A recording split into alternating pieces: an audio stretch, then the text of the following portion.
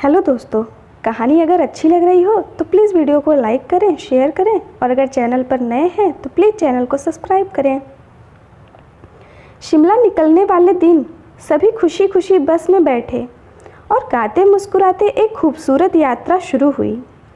रश्मि ने हरे रंग की सलवार पहनी है। वो सामान्य सी तैयार होकर बस में आ गई। उसके साथ एक बैग है और गले में एक अभिमंत्रित ताबीज, जिसकी सुरक्षा के लिए उसे कड़े निर्देश दिए गए थे। सुंदर गानों के साथ यात्रा शुरू हुई। रश्मि के पास एक राशि नाम की उसी की क्लासमेट बैठी थी। वो और रश्मि आपस में थोड़ी बहुत बातें कर रही थी। बस अब धीरे धीरे शहर छोड़ हाईवे पर पहुंच चुकी थी। बस की रफ्तार तेज हो चुकी थी। कार्तिक सबसे नज़रें चुराकर बीच बीच में रश्मि को देख रहा था। अब रश्मि की आंखें बंद हो रही थी। खिड़की के पास सर टेके वो एक खूबसूरत नींद के आगोश में जा रही थी। अब उसका चेहरा पहले से भी ज़्यादा मासूम नज़र आ रहा था। कार्तिक रश्मि को बड़े प्यार से देख रहा था, पर तभी रश्मि के पास बैठी राशि के भीतर कोई हलचल हुई। उसने गुस्से से कार्तिक को देखा और ऐसा लगा जैसे हवा में उड़कर वो एक झटके में कार्तिक के बिल्कुल पास पहुंच गई और एक जोरदार थप्पड़ कार्तिक के गालों में देकर वो वहीं खड़ी कार्तिक को घूरने लगी। कार्तिक कुछ देर तक खुद को उस थप्पड़ के दर्द से बाहर निकालने की कोशिश करता रहा। फिर उसने सवाल भरी नज़रें उठाकर जैसे ही राशि की तरफ देखा तो राशि की आंखें उसे पहले से काफ़ी बड़ी और डरावनी नजर आई। एक पल के लिए तो वो बहुत डर गया। फिर अपने डर को दबाकर उसने राशि से बड़े प्यार से पूछा कि उसने ऐसा क्यों किया। बस के अधिकतर बच्चे भी इस घटना को अपनी आंखों से देख रहे थे। कार्तिक के सवाल पर राशि ने बड़े गुस्से में उसे जवाब दिया कि आगे से तुम रश्मि की तरफ आंखें छुपाकर भी मत देखना, नहीं तो जान से जाओगे। और इतना कहने के तुरंत बाद वो बेहोश हो गई। उसे बस के सबसे पीछे वाली लंबी सीट पर सुला दिया गया। कार्तिक अब तक समझ नहीं पा रहा था कि आखिर राशि ने ऐसा क्यों किया। वो तो बहुत अच्छी लड़की है। खैर, उसने देखा कि रश्मि के बगल वाली सीट बिल्कुल खाली थी। वो जाकर रश्मि के पास बैठ गया तो रश्मि ने धीरे से उससे पूछा कि राशि ने उसे कार्तिक को गुस्से में क्या कहा और क्यों उसने उसे थप्पड़ मारा। इससे पहले कि कार्तिक रश्मि को सब कुछ बता पाता, उसी वक्त राशि उनके ठीक सामने आ गई और कार्तिक ने सीट छोड़ दिया। पर कार्तिक सोच रहा था, अभी अभी तो ये बेहोश हुई थी, अचानक इतनी जल्दी कैसे होश में आ गई। खैर, बात यहीं रफा दफा हो गई। रश्मि को भनक पड़ चुकी थी कि राशि के अंदर शायद निशा की आत्मा ने कब्जा जमाया है, जो चाहती है कि रश्मि कार्तिक से दूर रहे। रात बस में बिताने के बाद सुबह बस शिमला की घाटियों में पहुंची। रात के बीच में ही रश्मि ने बढ़ती ठंड को महसूस किया था। सुबह शिमला की खूबसूरत घाटियों ने उनका स्वागत किया और सभी बस से उतरकर होटल रूम के अंदर चले गए। खूबसूरत वादियों के बीच बना एक खूबसूरत कॉटेज। सभी के कमरे और पार्टनर पहले से तय थे, तो सभी अपने अपने पार्टनर के साथ कमरे में चले गए। संयोग से राशि और रश्मि का कमरा एक ही था, पर उन दोनों के साथ एक और लड़की थी, सुरभि। शिमला का पहला दिन।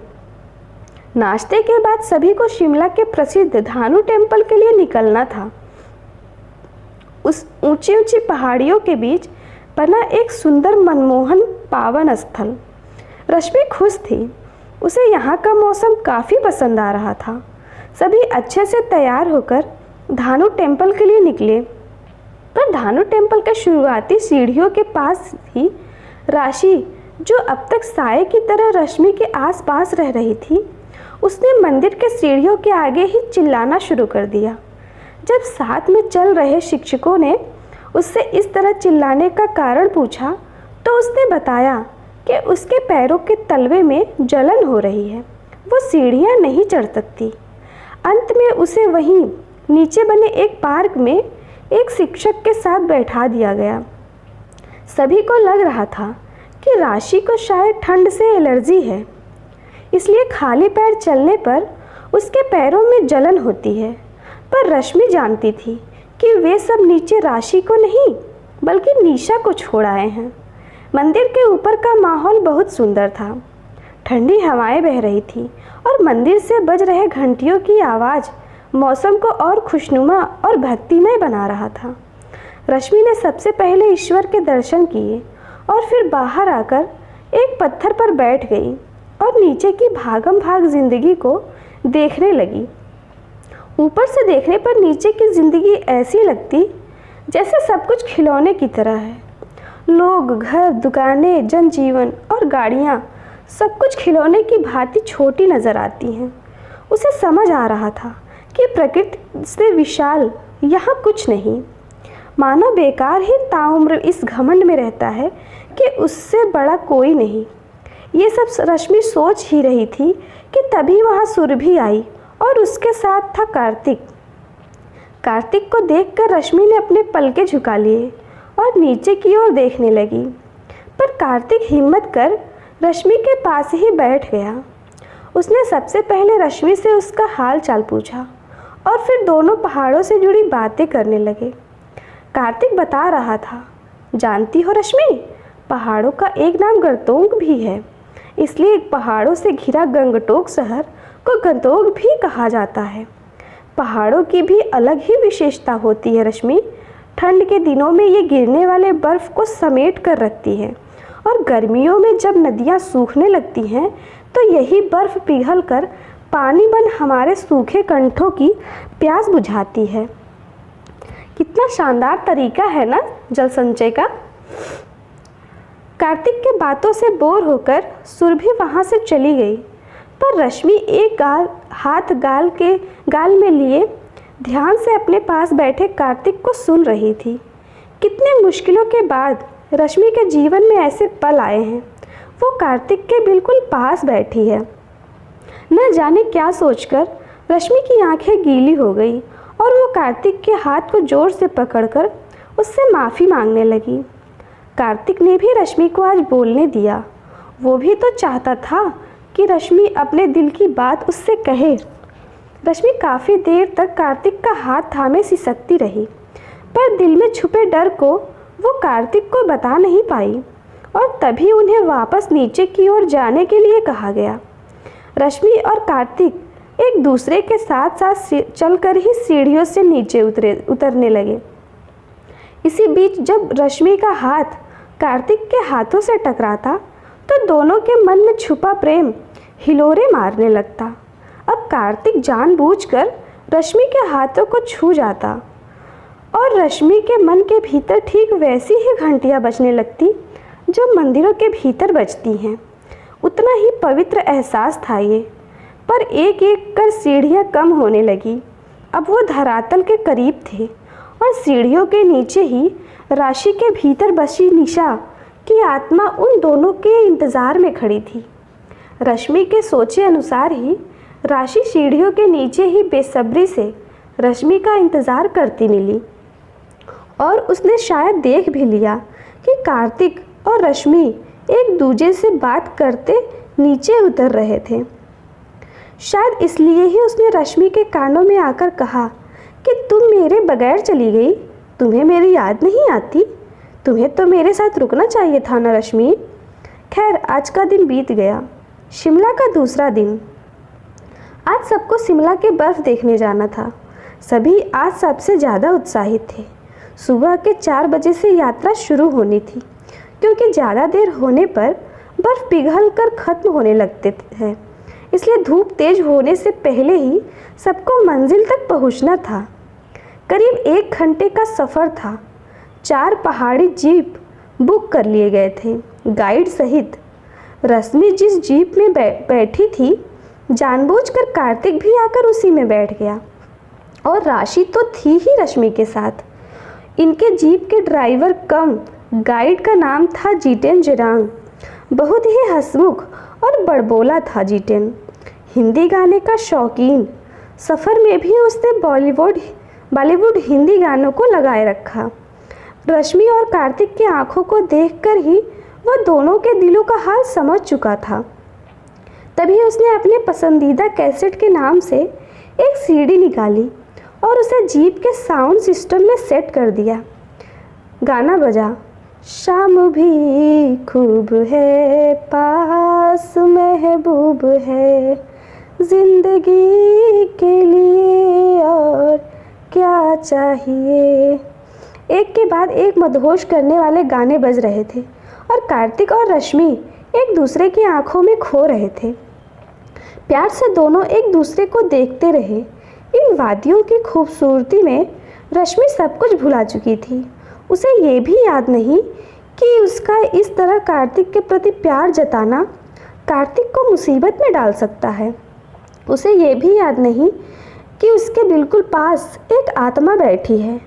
वो आत्मा बस इंतज़ार कर रही है बस एक बार रश्मि के गले में पड़ा तावीज़ उससे अलग हो जाए और उसी वक्त वो रश्मि को मारकर उसकी आत्मा को अपने साथ ले जाएगी।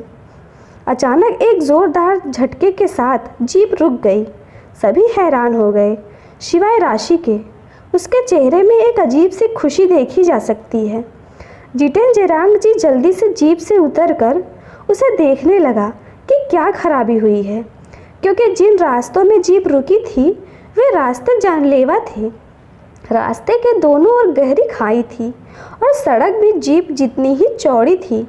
1 इंच भी अगर जीप इधर उधर खिसकती तो सभी लोग सीधे पाताल प्रवेश कर जाते। दूसरी चिंता ये थी कि जीप के जल्दी न बनने पर पीछे आ रही अन्य गाड़ियों को भी इंतज़ार करना पड़ेगा। खैर, थोड़ी बहुत मशक्क़त के बाद ही जीप आखिरकार स्टार्ट हुई, पर जितेन जेरांग सोचता रह गया कि आखिर म्यूजिक सिस्टम अपने आप बंद कैसे पड़ गया। खैर, अब मंजिल पहुंच चुकी थी। दूर से ही सफ़ेद बर्फ़ आंखों को लुभा रही थी। अभी सूरज निकला भी नहीं था और सभी एक साथ बर्फ़ में कूद पड़े। बाकी के जीप में बैठे लड़के लड़कियां भी पहुंच चुके थे। सभी मिलकर बर्फ़ का आनंद ले रहे थे। कोई अपने साथ कैमरा लेकर आया था, वो दनादन फ़ोटो खींचने में मशगूल था।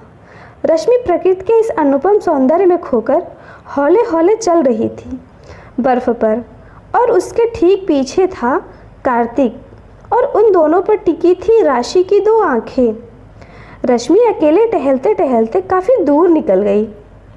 कार्तिक भी अपने दोस्तों के बीच फंस गया, पर बार बार उसकी आंखें रश्मि को ही तलाशती थी।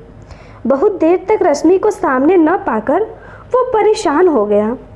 जल्द ही उन्हें अब वापस निकलना था, क्योंकि दोपहर होने ही वाली थी। कार्तिक ने सोचा कि राशि को शायद पता होगा रश्मि के बारे में।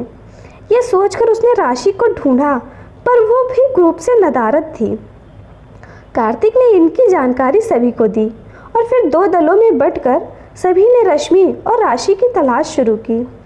कार्तिक बदहवास रश्मि रश्मि चिल्ला रहा था। बर्फ़ पर तेज चलना भी खतरनाक था, क्योंकि बर्फ़ का पिघलना अब शुरू हो चुका था। पर कार्तिक को इन सब की खबर नहीं थी। वो तो जल्द से जल्द रश्मि को अपने पास देखना चाहता था।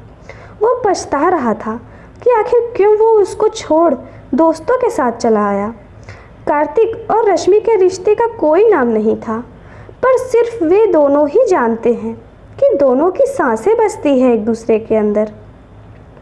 बार बार कार्तिक बर्फ़ में फिसलता और चढ़ाई से दोबारा नीचे आ गिरता। इसी दौरान उसका जूता भी उसके पैरों से खुलकर निकल गया था। फिर भी वो आगे बढ़े जा रहा था।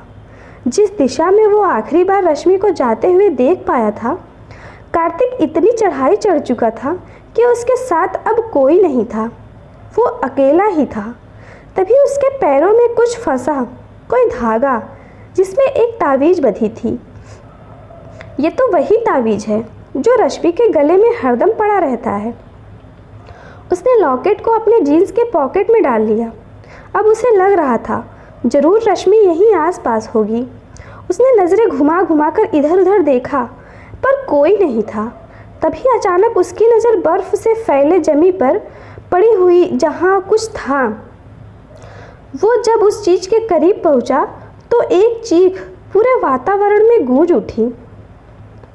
बर्फ़ में दबी थी कोई, जिसके सिर्फ काले लंबे बाल निकले हुए थे, बाकी पूरा जिस्म बर्फ से दफन था। कार्तिक के मन से आवाज़ निकली, हे भगवान, ये रश्मि ना हो। डर और उम्मीद ने उसने ज़ोर ज़ोर से बर्फ़ को हटाना शुरू किया और धीरे धीरे अंदर फंसी लड़की को वो देख पा रहा था। ये रश्मि थी। एक पल के लिए तो कार्तिक को यकीन भी नहीं हुआ कि उसके आंखों के सामने बर्फ़ के भीतर पड़ी सफ़ेद हो चुकी ये लड़की उसकी ही रश्मि है। हड़बड़ाकर कार्तिक ने सबसे पहले उसकी सांसें देखी, जो बहुत धीमी गति से ही सही पर चल रही थी। उसने जल्दी जल्दी अपने हाथ पैर चलाए और रश्मि को वहाँ से बाहर निकाला। फिर कुछ और लड़के आए और सबने मिलकर रश्मि को पास के ही एक प्राथमिक अस्पताल में भर्ती करवाया। वहाँ रश्मि को सबसे पहले हीटर रूम में रखा गया। उसका शरीर ठंडा पड़ चुका था। उसे करीब 4 घंटे तक हीटर रूम में ही रखना था।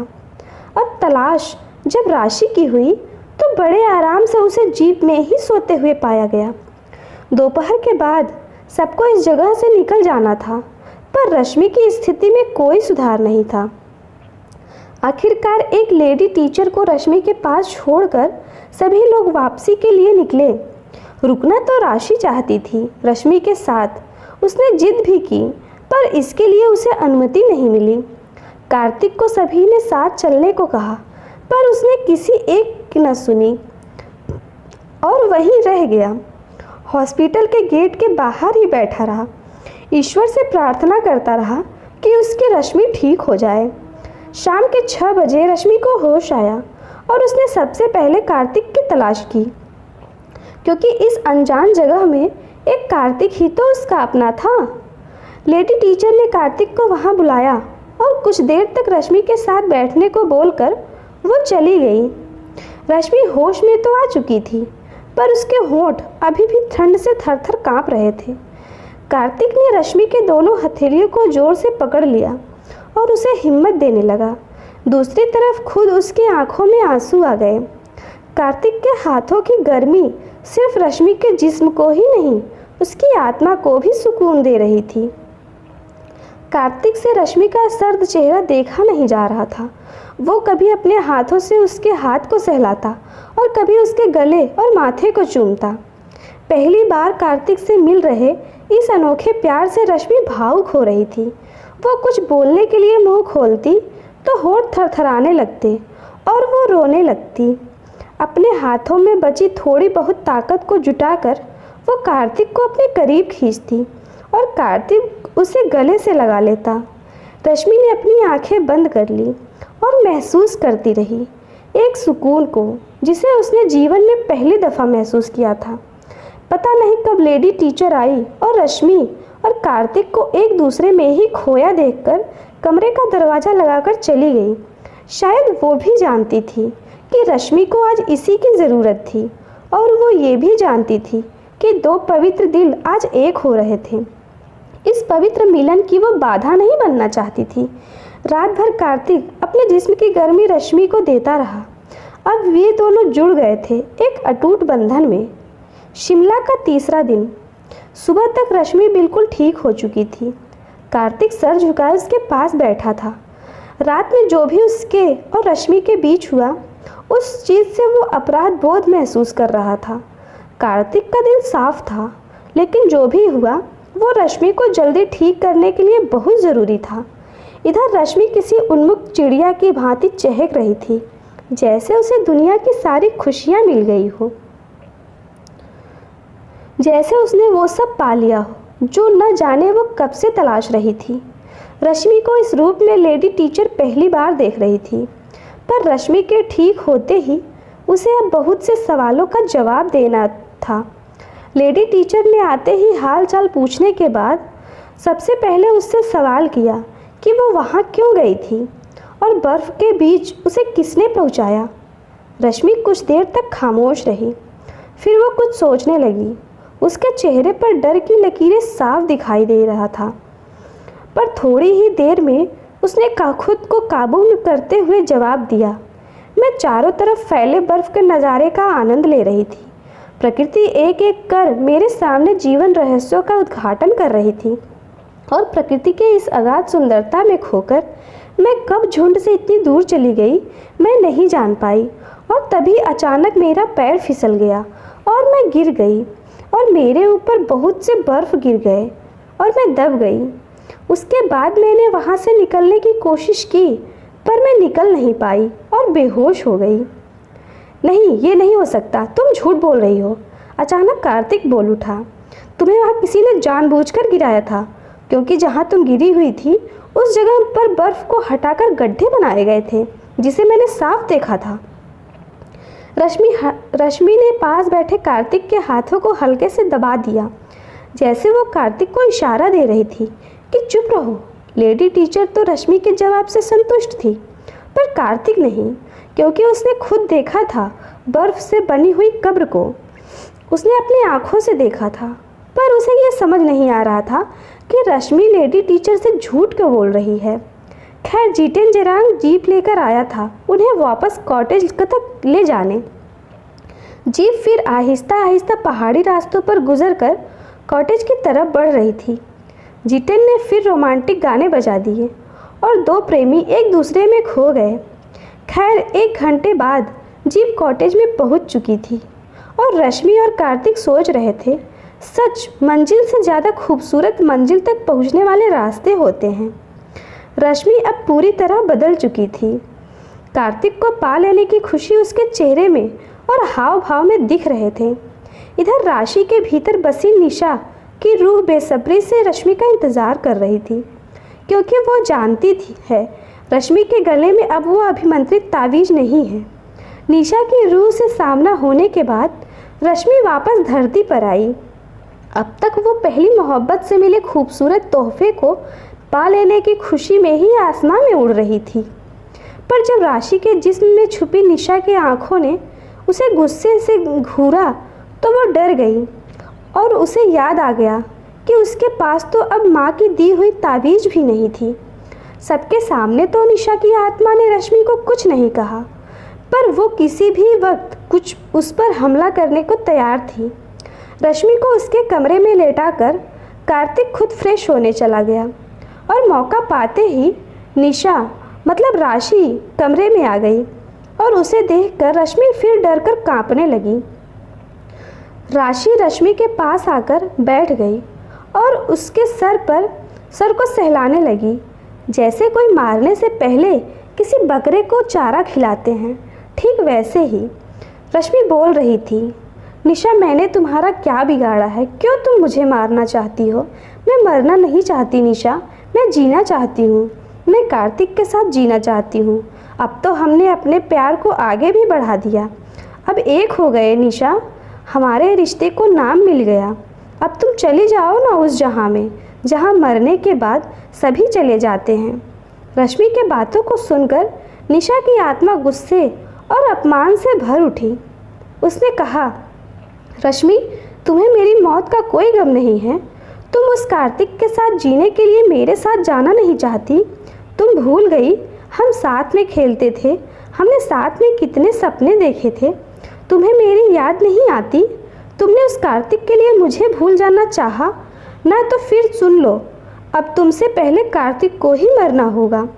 मैं तुम्हें अभी मार देती, पर नहीं, अब पहले कार्तिक मरेगा। तुम्हारी आंखों के सामने मरेगा वो। रश्मि को अंदाज़ा नहीं था कि निशा ऐसा भी बोलेगी या करेगी। अब वो खुद से ज़्यादा कार्तिक को लेकर परेशान हो गई। तभी कमरे में कार्तिक आ गया। वो रश्मि के लिए सूप लेकर आया था। राशि कार्तिक को देखकर साइड हट गई और कार्तिक सूप लेकर रश्मि के बिल्कुल पास बैठ गया और बड़े प्यार से वो रश्मि को सूप पिलाने लगा। इधर निशा की रूह कार्तिक के पीछे खड़ी मुस्कुरा रही थी और रश्मि उसे देख देख कर डर रही थी। कार्तिक बकबक कर रहा था रश्मि को खुश करने के लिए। वो पागलों की तरह जोक्स सुना रहा था। तभी अचानक पीछे खड़ी निशा अपना रूप बदलने लगी। रश्मि बस उसे देख रही थी। वो इतना डर चुकी थी, कुछ भी बोल नहीं पा रही थी। इधर निशा अपने असली रूप में आ गई थी। राशि के चेहरे के ऊपर ही हल्की सी एक छाया निशा के शक्ल में की रश्मि देख पा रही थी। वो बिल्कुल कार्तिक के पीछे खड़ी थी। एक जहरीली मुस्कान बिखेरे उसका चेहरा खौफनाक होता जा रहा था। और तभी उसने अपने दोनों हाथ उठाकर पीछे से कार्तिक के गले को दबाने के लिए आगे बढ़ाया और इसके साथ ही रश्मि चीख पड़ी और कार्तिक को हल्के से छूते ही पता नहीं कौन सी पवित्र चीज ने अपना काम किया और राशि, जिसके भीतर निशा की रूह अपना कब्जा जमाए बैठी थी, वो एक जोरदार झटके के साथ सीधे कमरे के दरवाजे के बाहर जा गिरी। कार्तिक अचानक हुए इस हादसे को समझ नहीं पाया, पर रश्मि ने चैन की एक आह भरी। वो उठकर खड़ी हो गई। वो कार्तिक के गले में झूलकर फूट फूट कर रोने लगी। उसे लगा जैसे अभी वो कार्तिक को खो देती, पर वो सोच रही थी कि आखिर कार्तिक के पास ऐसी कौन सी चीज़ है जिसने उसकी जान बचाई। वो ईश्वर से बार बार धन्यवाद कह रही थी, पर कार्तिक के मन में तो ढेर सारे सवाल उमड़ रहे थे। रश्मि के आलिंगन से छूटकर वो सीधे दरवाजे के पास पड़ी राशि की तरफ बढ़ा। इतनी जोर से गिरने की वजह से उसे बहुत सी चोट आई थी। कार्तिक उसे उठाकर कमरे में ले आया और उसके फर्स्ट एड कर उसे आराम करने को कमरे में ही छोड़ गया। इधर रश्मि गौर कर रही थी। राशि अब बिल्कुल आम लग रही थी। वो नॉर्मल ही रश्मि से बात कर रही थी और बोल रही थी कि पता नहीं वो कैसे गिर गई। उसे पिछले 3 दिनों की घटनाएं भी आधी अधूरी ही याद थी। इसका मतलब था निशा ने राशि का जिस्म छोड़ दिया था, क्योंकि कोई भी आत्मा एक ही जिस्म में ज़्यादा देर तक नहीं रह सकती।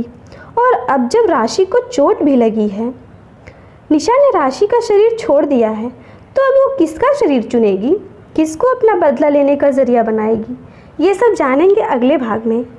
धन्यवाद।